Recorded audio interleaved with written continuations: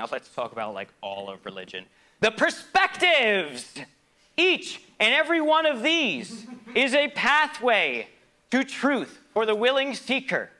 It does not matter which path you choose if you are exploring openly. I will save you a bunch of time in reading, though, and just tell you what religion is, or more accurately, what all religions are.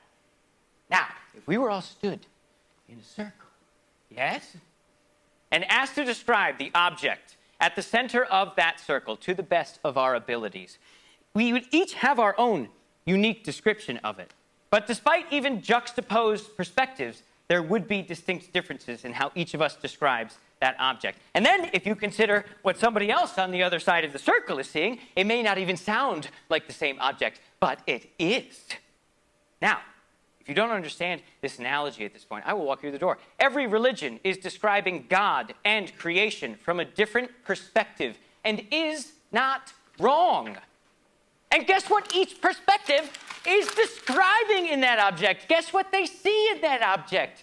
Themselves. Brilliant. Now we understand the perspectives. Let's talk a little bit more about the object.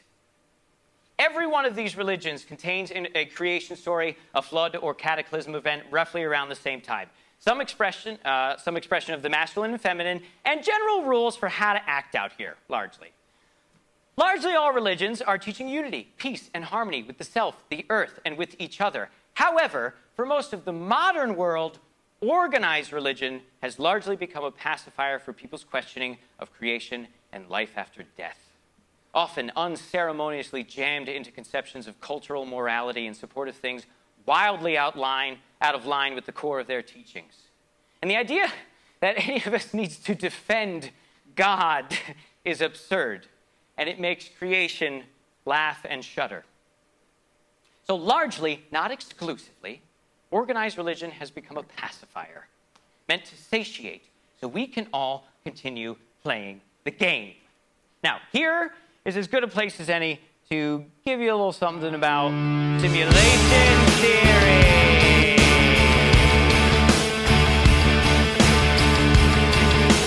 I've tried it twice. I really thought I was going to do the Neo shoot-up, and it hasn't worked yet. Anyway, the game of life. Know the rules you are playing by, and you will know how to field every decision laid before you. But that's the issue right now. None of the players who ascribe to simulation theory know the rules or structure of the game. And still, simulation theory, as a conception, is just a valid description of the object as any of the other perspectives. It simply doesn't even attempt to really define the rules of what the fuck goes on or beyond this simulation. They just go, none of this is real, it's all a simulation, we're being lied to! And then they actually offer none more information. So, people's conception of simulation theory is often limited to the film The Matrix or the concept of a video game. We like to imagine it's a very exciting video game where we're all brave characters, but for most of us, it's actually more like The Sims. So, most of us cannot fathom the depth and magnitude of the simulation that is the physical world. The simplest and actually most fun expression I've come across is in an episode of Rick and Morty. Morty is stuck in a game that has splintered his consciousness into millions of different aspects of himself that populate the video game world he's experienced. It's a simulation. None of it has the capacity to destroy his authentic being unless it's turned off. But it does have consequences in pain or pleasure, joy or suffering. Morty is one source expressed as a fractured self. Now, we've already established our bodies are vehicles of consciousness, fabricated from the environment we are experiencing. This is in line with simulation theory. However, we are not in a fucking Xbox somewhere in a void.